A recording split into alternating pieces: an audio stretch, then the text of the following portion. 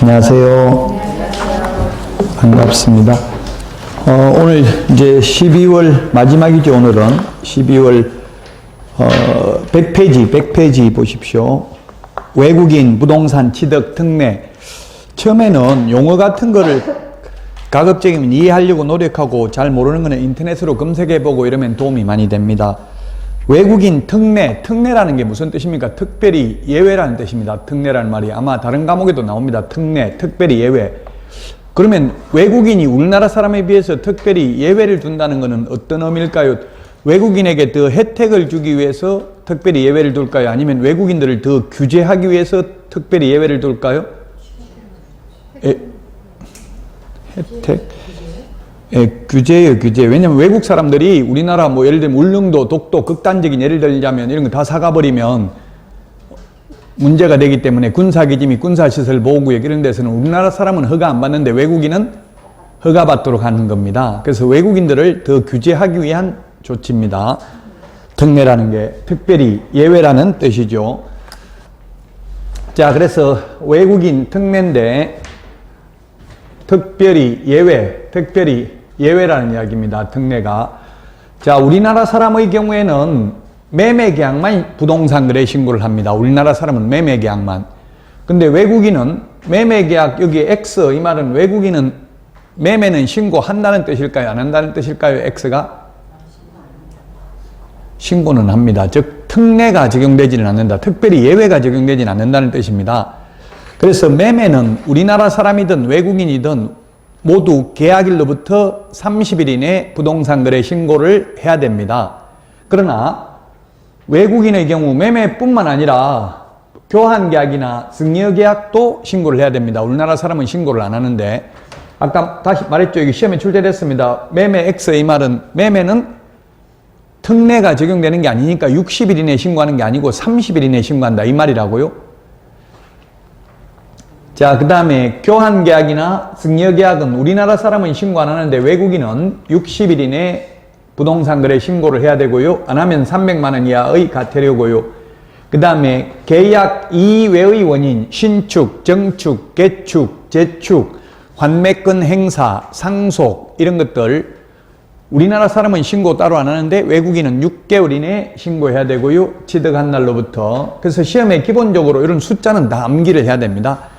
숫자는 이게 이해할 수 있는 부분이 아니죠. 이게 왜 50일이 안 하고 60일 했냐. 그냥 규칙을 정한 거예요. 사실 아무 생각 없이 정했을 수도 있어요. 규칙이 딱 정해져 있는 것도 있지만. 그래서 숫자는 기본적으로 제가 볼 때는 암기하는 게 바람직할 것 같아요. 나중에 이제 암기 프린트 내드립니다. 제가 10일, 7일, 뭐 이렇게 15일, 30일, 1개월, 2개월, 3개월, 60일 이런 숫자들이 나오는데 1년, 뭐 3년 이런 숫자들 나오는데 숫자는 다 정리해서 프린터 2장으로 내드릴 겁니다. 암기하는 거는. 근데 그건 나중에 하시면 되고요. 지금은 가급적이면 이해하려고 노력하면서 암기를 하고 암기하는 거는 금방 까먹으니까 또 듣고 잊어먹고 듣고 잊어먹고 거듭되는 고통을 받아야 됩니다. 끝까지 학원 다니는 게 최고 좋습니다. 이게 혼자 하는 게 쉬운 일이 아니죠. 제가 국제사이버대 부동산학과에서 강의하고 있는데 탈락률이 30%입니다. 인터넷으로만 하니까 학교를 안 오니까 자동 탈락이 시험 보는 날 모르고 시험 안 보고 이런 게 있어요. 그래서 제가 관리하는 학생은 일일이 전화해가지고 오늘 이제 시험 기말고사 오늘 마감인데 오늘까지 시험인데 다 봤냐 이런 거 계속 관리해줘야 되지. 관리 안 해주면 30% 탈락입니다. 스스로 하면.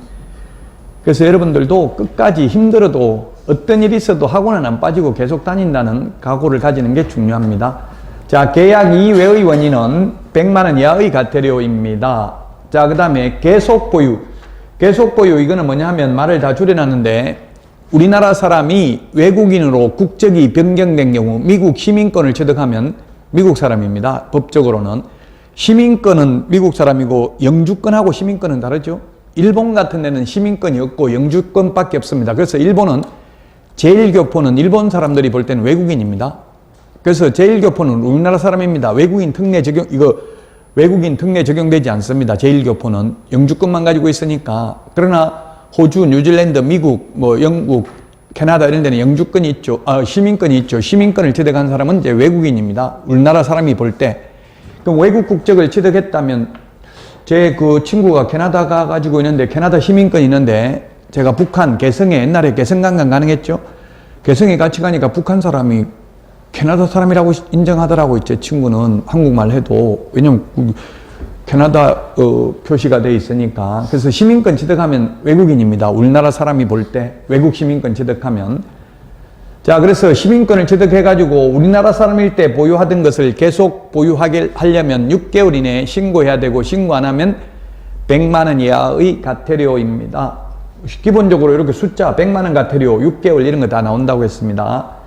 자, 그 다음에 허가받아야 되는데, 아까 제가 울릉도, 독도, 사실은 이론적으로만 제가 말씀드린 거, 독도는 국가 땅이니까 거래할 수는 없습니다. 극단적으로 예를 든 겁니다. 어쨌든 독도가 개인 땅이라면 지금 일본하고 뭐 분쟁이 있는데 다 사가버릴 수 있겠죠? 알래스카도 원래 소련, 러시아 땅이었잖아요. 그 미국이 지금 1800년대에 그 헐값에 샀나 보더라고. 근데 지금 그게 뭐 석유가 엄청나게 매장되어 있고 그런 걸 몰라가지고 팔아먹은 거죠. 그래서 군사기지 및 군사시설 보호구역 등에서는 미리 허가받아야 되는데, 허가 없이 취득한 계약은 무효입니다. 효력이 없습니다. 허가 신청하면 15일 이내에 허가 여부를 통보해야 됩니다. 15일 이내에, 이 숫자 당연히 15일도 출제될 수 있고요. 15일도 정리되어 있습니다. 15일이라는 숫자도 많이 나옵니다. 여러분들은 한 과목만 공부하면 괜찮을 텐데 다른 과목도 다 숫자가 나오니까 뭐 헷갈려요. 이게 무슨 숫자인지. 근데 자꾸 하다 보면 우리가 이게 말하는 게, 이게 언어라는 것도 계속성, 반복성, 역사성이거든요. 계속 말을 하면 말이 됩니다. 이게 다 암기해서 말하는 거지. 우리 언어도 다 사실은 어떻게 보면 규칙이잖아요. 정해진 거. 이 말은 이 뜻이다. 그걸 그냥 암기한 거예요. 아무 생각 없이. 어린애가 말 배우면서 이게 무슨 뜻일까 논리적으로 생각하는 게 아니라 자꾸 부모님 말하는 거 듣다 보면 그냥 나중에 말문이 트인다 이거 옹알이를 하다가 한 1년 정도 말하려면 태어나고 한 1년은 지나야 되죠. 여러분들도 이게 다 이해되고 다 암기가 되고 60점 이상 나오려면 1년 정도 공부를 해야 돼요. 계속 1년 동안 듣고 잊어먹고 듣고 잊어먹고 거듭되는 고통을 받고 참아내야 되는데, 이제 좀 막 힘들다고 그냥 포기해버리고 이러면은 안 되겠죠. 자, 허가 안 받으면 2년 이하 이진역이나 2천만 원 이하의 벌금입니다. 군사기지 및 군사시설 보호구역 등에서는 미리 허가 받아야 됩니다. 자, 그 다음에 토지거래 허가인데요. 이 토지거래 허가, 요거는 외국인 특례가 아니라 이거는 아무 말 없으니까 외국인이든 우리나라 사람이든 똑같은 거예요. 다 적용되는 거예요. 특별히 예외라고 되어 있지 않는 한은. 자, 토지거래 허가 절차인데요. 허가구역의 지정은 누가 허가구역을 지정하냐면은 국토부 장관 또는 시도지사가 허가구역을 지정합니다. 그 지정된 허가구역에서 지금 서울의 경우 지금 강남 일부 지역 지금 구룡마을 개발하려고 하죠. 서울 구룡마을 거기에 거주하고 있는 사람들은 입주권이 나오겠어요? 안 나오겠어요? 지금 구룡마을에 거주하고 있는 분들. 예? 그러니까 자기 땅이면 나올 건데, 자기 땅이나 자기 건물을 지어 있으면 나올 텐데 나무 땅에다 그냥 불법으로 지어놨기 때문에 법적 근거가 없어요. 거기에 소유자들, 원주민들에게만 나오거든요, 입주권이. 대부분은 그냥 불법으로 그냥 나무 땅에다가 건물만 지어놨기 때문에 입주권을 줄 수가 없어요. 법을 개정하지 않는 한은. 그리고 뭐 떼쓰고 하고다가 이제는 거의 포기한 것 같더라고요. 임대주택은 주나 보더라고요. 그 임대주택하고 아마 같이 개발을 하나 보더라고요. 그 지금 허가구역에 지정되어 있습니다. 그 다음에 3기 신도시 예정지역, 뭐 SK 하이닉스 부지 이런데, 그 다음에 용인시 원산면 삼성 클러스터 들어오는 데 이런 데가 지금 허가구역으로 지정되어 있습니다. 자, 허가 받으라고, 허가는 이제 신고하고 허가하고 차이점이 뭐냐면, 신고라는 것은 적법 요건을 갖춰서 신고하면 무조건 수리해야 됩니다. 수리를 거부할 수 없습니다. 요건만 갖추면. 하라는 대로 했는데 신고 수리를 안 할 수가 없습니다. 뭐 예를 들면 음식점 하겠다고 하면 음식점 뭐 요건이 뭐 조리사가 있어야 되고, 예를 들어서 이런 요건만 갖추면 무조건 신고를 수리해야 됩니다. 근데 허가라는 거는 허가관청이 허가 여부를 결정할 수 있는 재량권이 있는 게 허가입니다. 불허가할 수도 있습니다. 허가 안 내줄 수도 있습니다. 재량권이 있는 게 허가고요. 신고는 무조건 요건만 갖추면 수리해야 되는 게 신고입니다. 차이점이. 자, 그래서 이제 허가구역이 지정되어 있으면 허가구역에서는 거래 당사자가 공동으로 허가 신청을 합니다. 공동으로 허가 신청을 합니다. 그래서 시험에 이제 이게 내공을 좀 써야 되는 게 사이드에 있는 것도 출제됐었습니다. 허가 신청서에 기재사항이 아닌 것 이렇게 나왔어요. 근데 그 신청서 서식까지 꼼꼼히 보는 사람은 거의 없어요. 안 보고 그냥 저한테 안 들은 내용이 6문제 정도 나올 수 있어요. 15% 정도. 저는 해마다 출제되는 거 80%만 강의하는 게 바람직한 강의예요. 10년 동안 한 번도 안 나오는 거 거기에다 시간 투자해서 강의할 수는 없잖아요. 나올 수는 있지만 또. 그래서 올해 출제 경량을 보면 한 6문제 정도는 안 배운 게 나왔어요. 떨어뜨리게 하려고.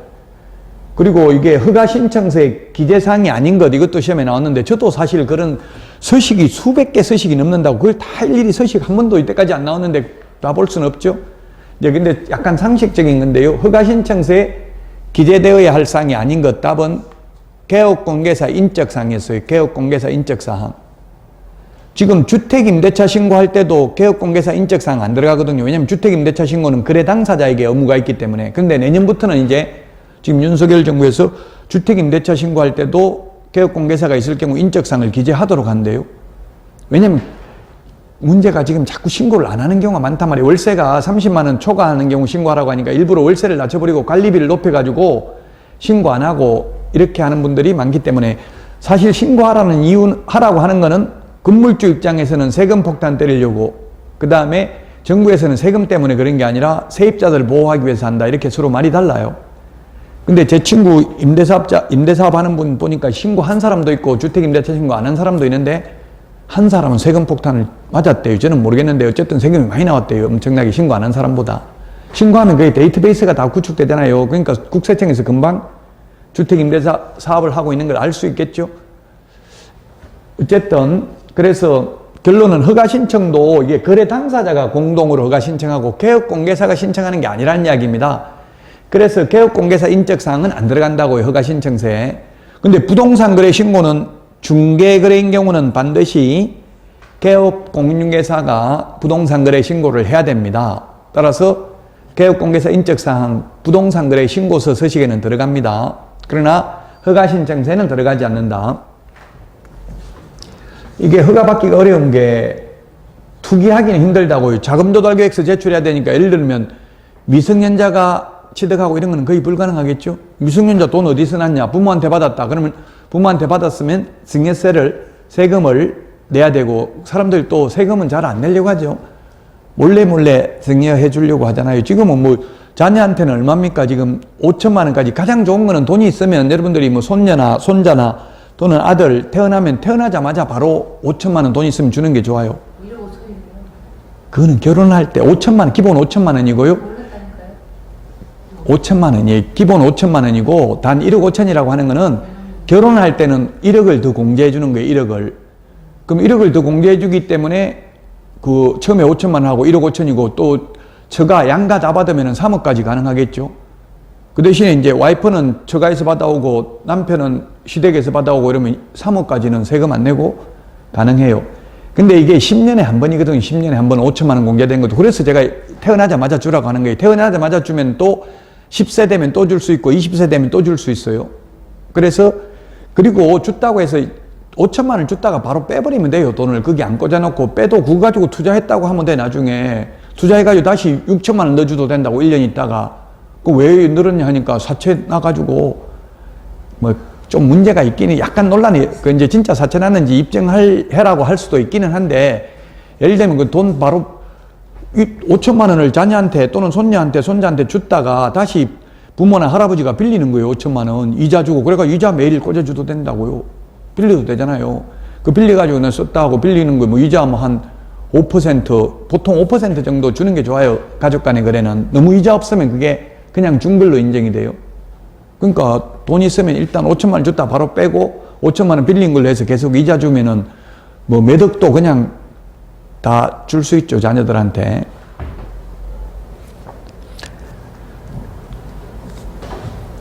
자, 그래서 자금조달계획서를 제출하라 이 말은 투기 같은 건 부모 돈 가지고 미성년자가 하기는 힘들다는 이야기. 그럼 미성년자가 사면 이게 실수요성이 있어야 되거든. 무조건 실수요성 없으면 허가를 안 내줘요. 그 미성년자가 직접 살겠다 이게 말이 안 되잖아요. 부모하고 같이 살아야 되는데. 그래서 투기 세력을 방지하기 위한 겁니다. 투기를 방지하기 위한 거라고요. 사실상 허가제를 도입한 게.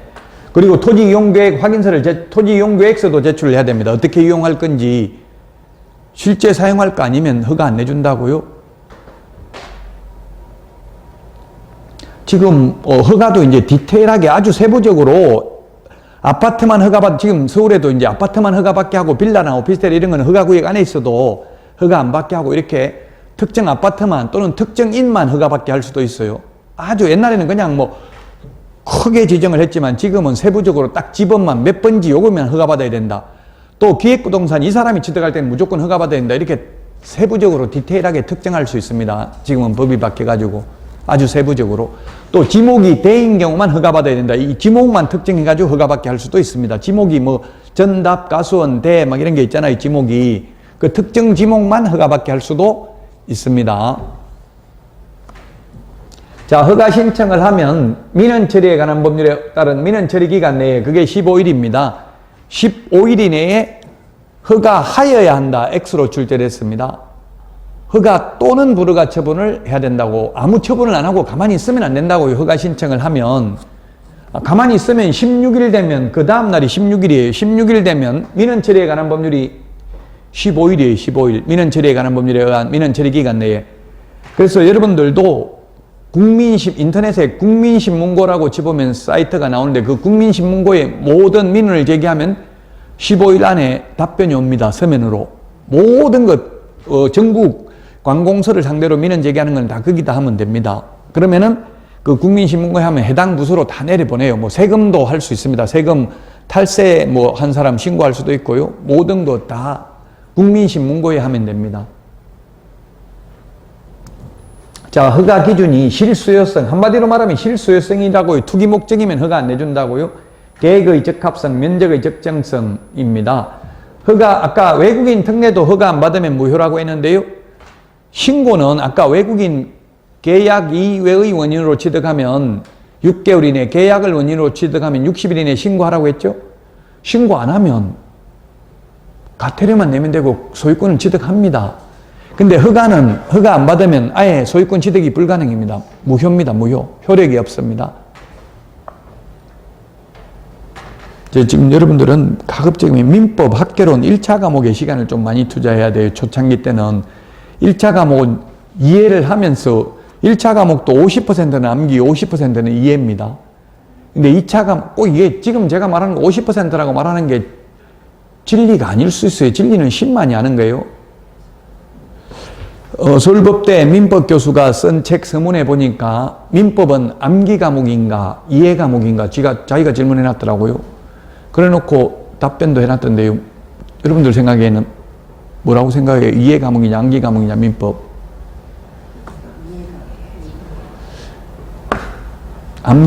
이해하면서 암기해야 된다. 즉 50%는 암기하고 50%는 이해해야 된다. 근데 이걸 뭘 이해해야 되고 뭘 암기해야 된다는 걸 이해하는 게 어렵다 이러더라고요. 뭘 이해해야 되고 뭘 암기해야 되는지. 일단 민법 같은 거는 보면 용어 자체가 1958년도에 만들었기 때문에 1958년도 일본식 한자로 표현되어 있어요. 통정, 허위 표시 이런 것 별로 안 쓰잖아요. 지금 일상생활에서는. 민법은 한 번도 개정된 적이 없습니다. 우리 시험 범위에 들어가는 거는 103조부터 766조까지는 딱 한 게 헌법에 위반돼 가지고 임대차 기간 20년을 초과할 수 없다. 요것만 바뀌었어요. 그래서 이제는 임대차 기간 100년도 가능하고 요거 하나만고는 바뀐 게 없어요. 그러다 보니까 용어 자체가 이해가 잘 안 돼요. 실생활에 쓰는 말이 아니기 때문에. 그래서 자꾸 인터넷으로 검색해 보시라고 용어 길들이기를 해야 돼요. 민법 같은 경우는. 학개론도 어느 정도 민법은 리갈 마인드가 있어야 되죠. 리갈 마인드 이게 뭐냐면 이게 이해라고 리갈 마인드 법적 사고력입니다. 리갈 마인드가 있어야 되고 민법은.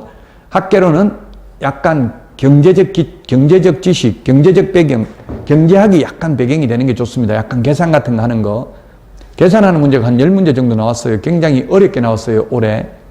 어려운 거는 포기하는 게 합격하는 지름길입니다. 어려운 거 자꾸 앉아서 모르는 거 자꾸 앉아서 풀다가 다 틀렸다고. 모르는 거 10문제 그냥 한 번호로 찍으면 몇 개는 확률적으로 2문제는 맞는다고요. 이게 시험이 어떻게 나오냐면 1, 2, 3, 4, 5번이 각각 8문제씩 나와요. 이걸 세보면 40문제가 정답이 1번이 8개, 2번이 8개, 3번이 8개, 4번이 8개, 5번이 8개 이렇게 나온다고요. 그럼 모르면 그냥 1번, 2번 그냥 아무거나 한 번호 찍으면 확률적으로 5개 찍으면 한 문제는 맞는다고요. 차라리. 저는 학교 다닐 때 3번을 많이 찍었어요. 근데 그때 아무 생각 없이 3번을 많이 찍었는데 지금 보니까 통계적으로는 3번을 찍든 1번을 찍든 확률은 똑같아요. 근데 어떨 경우에는 무조건 뭐 8개씩 나오지만 어떤 경우는 막 10개 찍었는데 3문제, 4문제 맞는 사람도 있어요. 그냥 아무거나 찍었는데. 읽어보고 찍으면 답만 피해가요. 차라리 모르고 찍는 게 더 나아요. 또 학개론 같은 거는 계산해 보는데 보면은 그 밑에 있는 답을 가로 안에 넣어가지고 계산해 보면 역으로 답이 나올 수도 있어요. 계산하는 거니까 그 밑에 보기가 있잖아요. 보기를 거기 가로 안에 뭐 묻는데 거기다 넣어서 계산해 보면 역으로 나올 수도 있다고요. 물론 뭐 지금은 그렇게 안 나오지만 제가 옛날에 시험 볼 때는 굉장히 쉽게 나온 게 있었어요. 예를 들면 5천만 원, 지금 시세가 5천만 원인데 이게 1년에 10%씩 오르면 2년 후에는 얼마가 될 것인가. 소위 미래가치, future value, 미래가치 구하는 거 이런 걸 시험에 냈었어요. 미래가치, 뭐 현재가치 이런 거 계산 공식은 있어요. 학개론에. 좀 공식 못 외워가지고 그냥 산수로 풀었어요. 5천만 원이면 10%씩 오른다고 했으니까 1년 지나면 얼마예요? 5,500이잖아요. 5,500.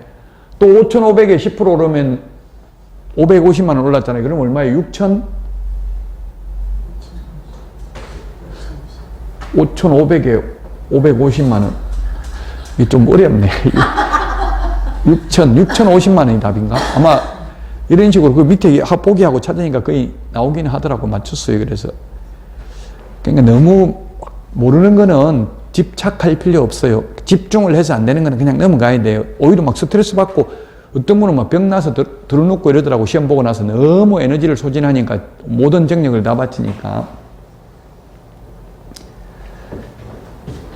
자, 그래서 15일 이내에 허가 처분을 하거나 불허가 처분을 하거나 또는 선매 협의 사실을 통지하거나 이 셋 중에 하나의 통지를 해야 되고 아무런 조치를 하나를 해야 되고 아무런 조치를 안 하면 그 다음날 허가받은 것으로 본다.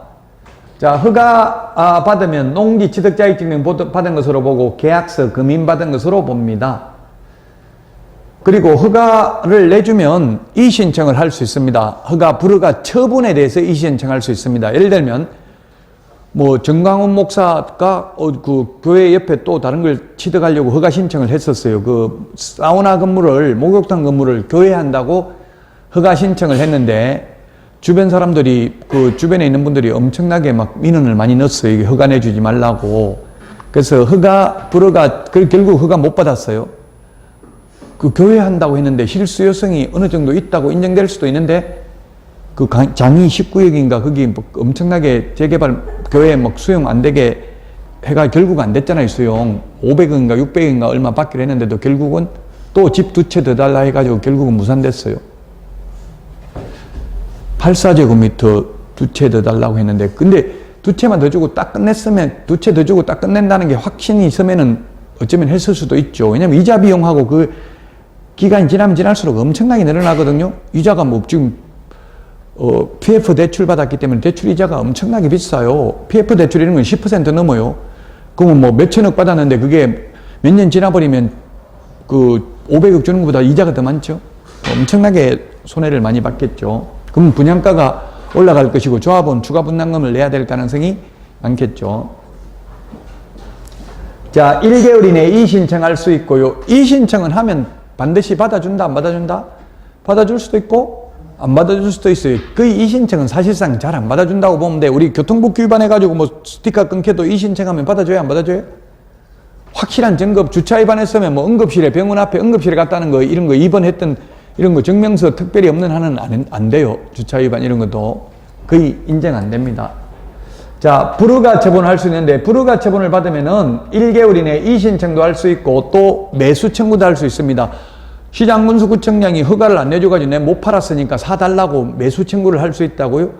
매수 청구를 받은 시장군수구청장은 시세가 아니라 공시지가를 기준으로 국가지자체, 공공기관, 공공단체로 하여금 매수할자를 지정해서 매수하게 할 수 있습니다. 자, 그리고 선매통지라는 것은 뭐냐면 선매통지. 선매라는 게 뭡니까? 먼저 산다는 뜻일까요? 먼저 판다는 뜻일까요? 선매라는 말이. 먼저 여기서는 산다는 뜻입니다. 매자가 매매할 때 팔매자, 살매자 두 개가 다 있는데요. 여기서 선매는 먼저 산다 이 말이에요. 허가구역 안에서 허가 신청이 들어왔는데 거기에 국가나 공공기관이나 공공단체가 필요한 경우에는 우선 매수할 수 있다고 우선 협상권이 있는 거예요. 우선 협상권. 그래서 이 토지는 선매 대상 토지이기 때문에 우선 협상권, 국가 등이 개인보다 우선해서 살 수 있도록 협상할 수 있는 권한이 있는 땅이므로 지금 허가 또는 불허가 처분을 15일 안에는 못 해준다. 좀 더 기다리라. 그러면 LH나 선매할 사람을 먼저 정해서 알려주겠다. 이렇게 한다고요. 자, 이게 불허가 처분을 받아서 매수 청구할 때 매수 가격은 공시지가인데 선매 가격은 감정가격입니다. 감정가격. 먼저 사겠다고 하면서 공시지가로 사겠다고 하면 선매 협의가 성립되겠어요? 안 되겠어요? 공시지가가 시세보다 보통 더 낮잖아요. 통상적으로. 근데 누가 1억 살 사람이 있는데 LH가 나 7천만 원에 먼저 살게 이러면 싫다 안 판다 이렇게 하겠죠? 선매라는 거는 강제로 수용하는 게 아니라 우선 협상을 하는 거예요. 먼저 사겠다고. 그래서 감정가격이라는 거는 시세라는 이야기, 시세. 그러면 1억에 매수인이 살 사람이 있으면 LH도 1억에 사겠다 해야 파는 사람은 어차피 1억 받을 바에야 국가 등에게 파는 게 더 바람직할 수도 있겠죠. 개인에게 파는 것보다는. 그래서 선매 가격은 감정 가격이고 불허가 처분을 받아서 매수 청구할 때 매수 가격은 공시지가라는 게 시험에 출제됐습니다. 자, 허가 기준 면적입니다. 이것도 시험에 당연히 출제되는데 면적. 이 기준 면적을 초과하는 경우 허가받고 이 기준 면적 이하인 경우는 허가를 안 받습니다. 자, 보니까 면적이 넓은 게 있고 좁은 게 있는데 이렇게 일단 숫자는 암기는 기본적으로 해야 되지만 면적이 넓은 거를 먼저 보면 이게 비도시 지역에서 임야인 경우 1000제곱미터 초과하는 경우 임야는 개발하기 쉽지 않잖아요. 임야는 개발하기가 어렵기 때문에 100제곱미터 이런 거 사가지고는 집 지을 수 없거든요. 그래서 임야는 좀 넓어도 허가 안 받아도 된다고요. 임야는. 가장 좁은 게 뭡니까? 주거지역입니다. 주거지역. 주거지역은 60제곱미터만 초과돼도 허가 받아야 됩니다. 주거지역, 미지정지역. 미지정지역이라는 거는 우리 공법에서 용도, 지역, 지구, 구역 이런 거 배우셨을 거예요. 도시지역, 관리지역, 농림지역, 자연환경보전지역 이 4개의 지역이 있는데 도관, 농자, 4개가 있네요. 이 4개 중에 한 군데도 속하지 않는 땅은 우리나라에 있을 수 있겠어요? 없겠어요? 도시지역, 관리지역, 도시지역, 도관, 농자, 도시지역, 관리지역, 도관, 농자, 농림지역, 자연환경보전지역 이 4군데에도 속하지 않는 땅은 있을 수 있다, 없다? 있습니다. 바다 매립할 수도 있잖아요. 간척지 매립하고 나면 아직까지 아무런 그게 미지정이 아직 안 정해졌다고 어느 땅으로 될지 그러면 상업지역으로 될 수도 있는 거잖아요. 상업지역은 도시지역 안에 다시 주거지역, 상업지역, 공업지역, 녹지지역 이렇게 나누잖아요. 그래서 도시지역으로 될 수도 있기 때문에 주거지역으로 될 수도 있기 때문에 미지정은 뭘로 될지 모른다고 지금. 그래서 60제곱미터만 초과되면 허가받아야 되고 상업, 공업은 150제곱미터, 녹지 200 농지 500, 임야 1000, 기타 250제곱미터 초과하면 허가받아야 되고 이하면 허가 안 받아도 됩니다. 초과 반대는 이하입니다. 초과 반대 미만 아니고요. 이하죠. 초과 미만은 그 숫자 제외, 이상 이하는 그 숫자 포함이죠. 5 이하 반대가 5 미만이라고요. 5 이하, 5 이상 이러면 5는 둘 다 양쪽에 다 포함되잖아요. 초등학교 5학년 1학기 수학 책에 나옵니다. 저도 수학 잘 못합니다. 저도 원래 수학 잘했었어요. 제가 천재였어요. 초등학교 때.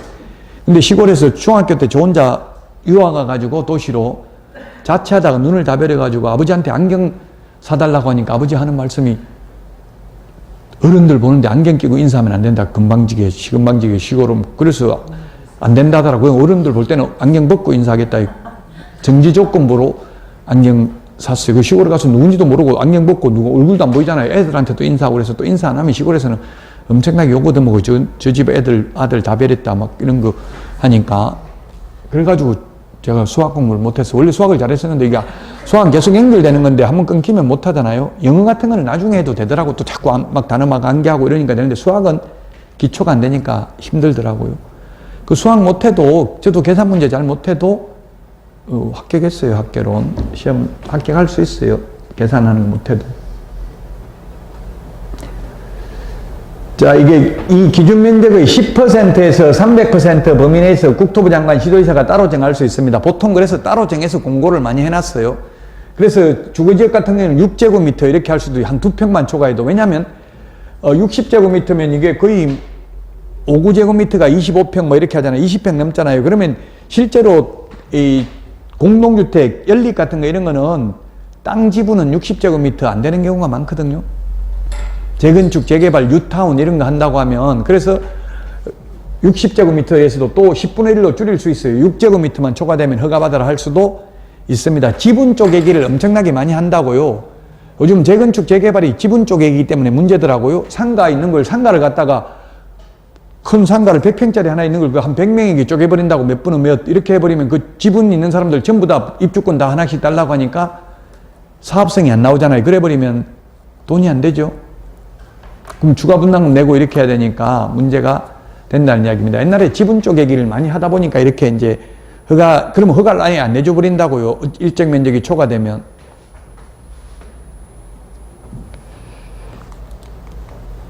자, 허가받은 목적으로 의무적으로 이용해야 되는 기간이 있습니다. 예를 들면 농지 같은 거 농업 목적으로 취득하면 2년 동안 농지로 이용해야 됩니다. 팔아먹을 수도 없습니다. 그 다음에 대체 토지 취득, 공공사업용으로 협의 양도 수용된 자가 대체 토지를 취득한 경우도 2년간 사용해야 되고요. 주택용지, 그 다음에 편익시설, 복지시설 2년간 사용해야 되고요. 공익사업, 사자가 들어가니까 4년 이렇게 암기하면 되겠네요. 그 다음에 임대사업을 위해 건축물과 그에 딸린 토지취득 현상보존 기타 5년입니다. 여기서 임대사업이라는 것은 민간임대주택 특별법에 의한 민간임대주택 사업을 말합니다. 지금 민간임대주택 특별법에 의한 민간임대주택 의무기간은 임대기간은 10년이죠. 10년. 10년간 의무적으로 임대해야 됩니다. 그래서 5년입니다. 가장 긴 게 5년입니다. 허가구역은 5년 범위 내에서 지정할 수 있습니다. 이런 숫자들 몇 년인지 이게 시험에 당연히 옛날에 공법에 출제됐습니다. 옛날에는 이게 국토의 계획 및 이용에 관한 법률에 있었습니다. 토지거래 허가제가. 그 당시 2문제 나왔어요. 지금도 공인중개사법에서 2문제 이상 나옵니다. 자, 선매 협의 절차인데요. 선매. 먼저 사는 게 선매입니다. 먼저 사는 게 선매다. 자, 허가 신청이 있은 날로부터 15일 이내에 선매 협의 사실을 통지해야 되고요. 그 다음에 허가 신청이 있은 날로부터 1개월 이내에 선매자를 지정 통지해야 됩니다. LH가 우선 협상 대상자로 지정이 됐으니 LH하고 협상을 해보시고 협의가 결렬되면 그때 허가 또는 불허가 처분을 해주겠습니다. 이렇게 하는 거예요. 선매 협의가 불성립됐다고 무조건 불허가 처분을 하여야 한다면 X입니다. 허가 또는 불허가 처분을 해야 됩니다. 자, 그 다음에 선매자 지정 통지받고 나면 15일 이내에 선매 협의를 착수해야 되고요. 1개월 이내에 선매 협의를 완료해야 되고 완료조서를 제출해야 됩니다. 그러면 허가 신청이 있은 날로부터 2개월이 지나면 결론이 납니다. 허가를 받든 불허가 처분을 받든 뭐 선매 협의가 완료되든. 선매 협의도 그러니까 총 시험에 2개월 이렇게는 안 나오죠. 결국 따지고 보면 2개월인데 시험에는 1개월로 나와요. 1개월이라는 숫자가 토지거래 허가에서는 많이 나옵니다. 자, 선매 협의가 불성립되면 불허가 처분하여야 하는 게 아니라 허가 또는 불허가 처분을 해야 된다. 자, 이 선매 가격은 감정가격. 아까 불허가 처분을 받은 경우는 불허가 처분 받아서 못 파니까 싼 가격이라도 팔라고 할 수도 있잖아요. 그래서 공시지가고요. 불허가 처분을 받아서 매수 청구했을 때 매수 가격은 공시지가. 선매 가격은 먼저 사니까 먼저 산다고 하면서 살 사람 따로 1억이 있는데 7천만 원 사겠다 하면 성립이 안 된다고 협의가. 그래서 감정가격. 감정가격이란 감정평가사가 평가한 금액이니까 시세예요. 시세. 지금 요즘 보통 무슨 개발하면 다 시세 감정가격으로 보상을 해줘요. 그래서 보상가가 많이 나오죠. 오히려 땅 같은 건 수용되는 게 더 유리해요. 안 그러면 팔기 힘들어요. 큰 덩치 큰 거 팔기 힘들죠. 몇백억 이렇게 주고 살 사람 잘 없어요. 근데 수용되면은 감정 가격이에요. 자, 그럼 선매는 어떤 게 선매 대상이냐면 공익사업용 토지이거나 또는 허가받아 놓고 허가받은 목적대로 이용하고 있지 않는 토지가 선매 대상입니다. 즉 우선 협상 대상이 되겠습니다. 자, 이행강제금인데요. 이행강제금, 이게 공법에도 이행강제금이라는 말이 많이 나올 텐데요. 이행강제금은 이행을 할 때까지 계속 부과합니다. 형법에는 일사부재례의 원칙이 있어가지고 예를 들어서 벌금을 한 번 받으면 어떤 위반 행위로 인한 벌금 한 번 받으면 끝이지 두 번, 세 번 벌금 내는 건 없죠.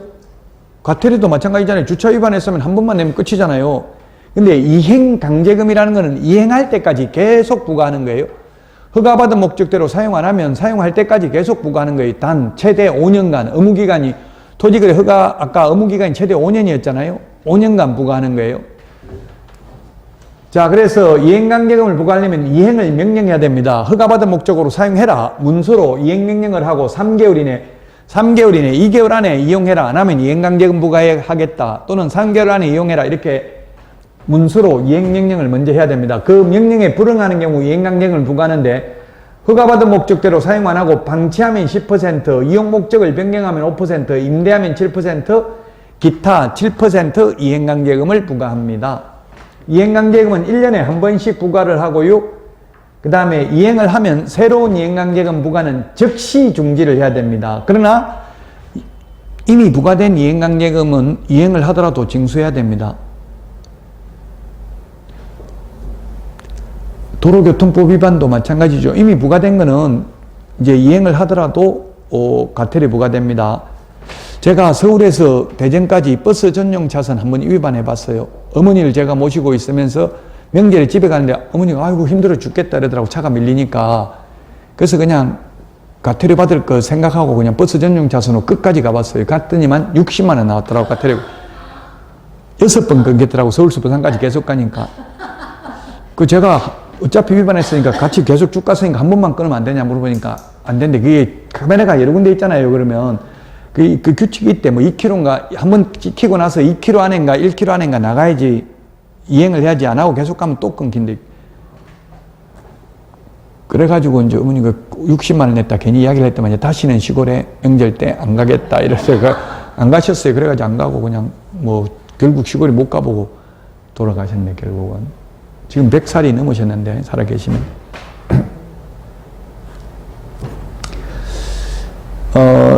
자, 어쨌든 그래서 이미 부과된 거는 징수해야 된다고. 새로운 이행강제금 부과는 즉시 중지하지만 시험에 이미 부과된 것도 이행하면 징수하면 안 된다.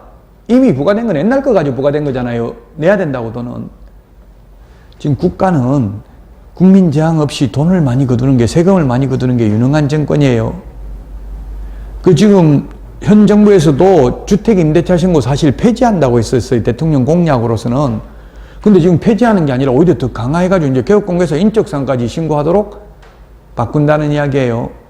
부동산 거래 신고도 노무현 대통령 때 도입되는데 그 당시 대통령 탄핵될 정도로 다 반대했어요. 모든 사람들이 거의 대부분. 근데 지금 오히려 정권이 여러 번 바뀌었지만 오히려 더 강화되고 있다고요. 왜냐면 실거래 가격으로 세금을 거두니까 세금이 많이 거치잖아요. 국가는 세금이 사실은 있어야 되거든요. 근데 국민들 저항 때문에 못 받는 거예요. 그래서 국민들 저항을 줄이기 위해서 직접세가 아니라 다 간접세잖아요.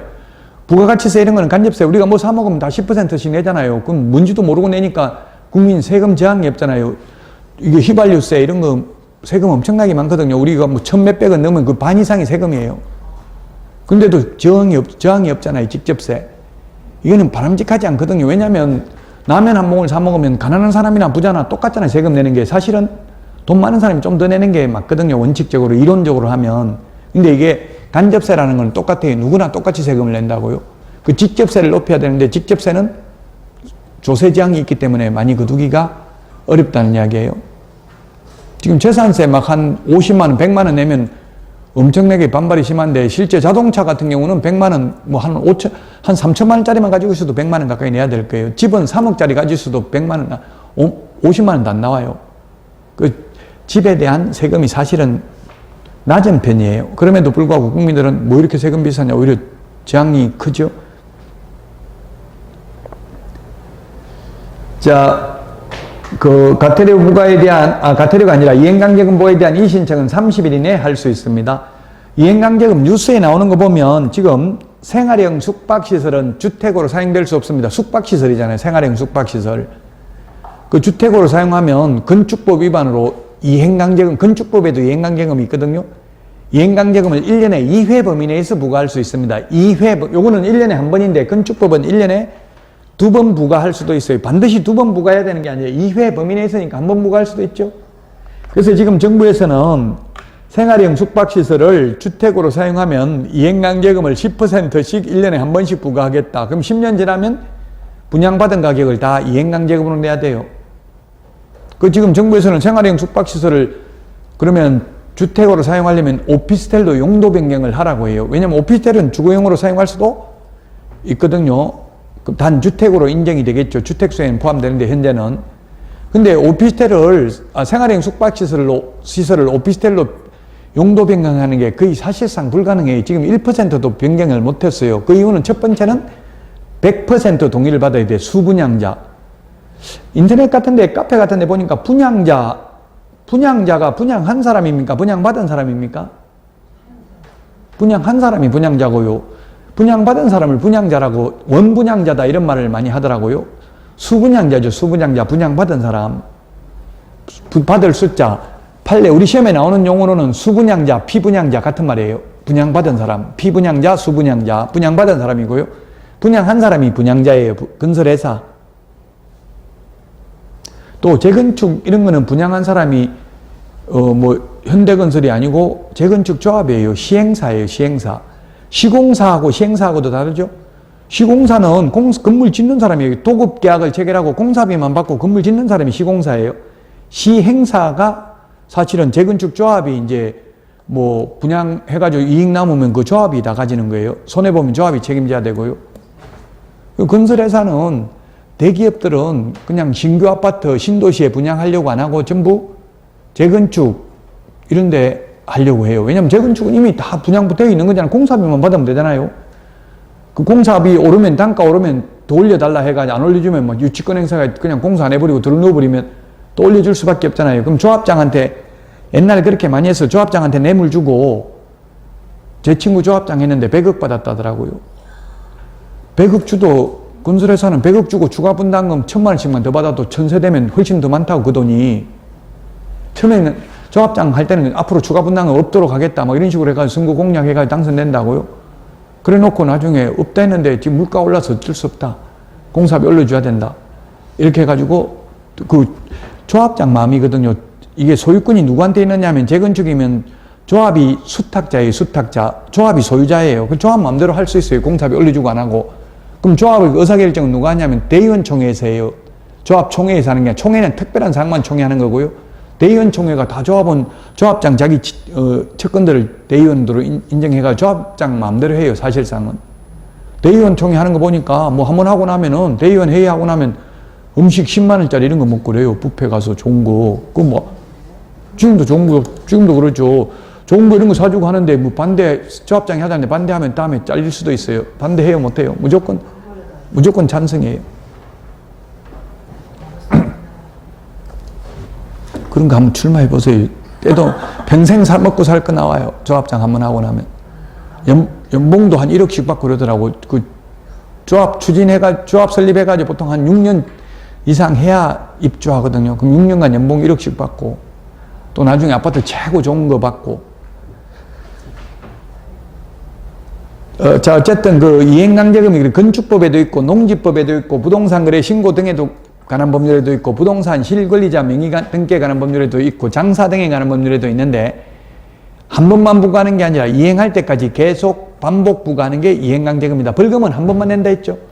잘못해가지고 벌금을 그 똑같은 건 가지고 2번, 3번 내라 하진 않는다고요. 근데 이행강제금은 허가받은 목적으로 사용 안 하면 계속 부과한다고요. 할 때까지. 그게 차이점입니다.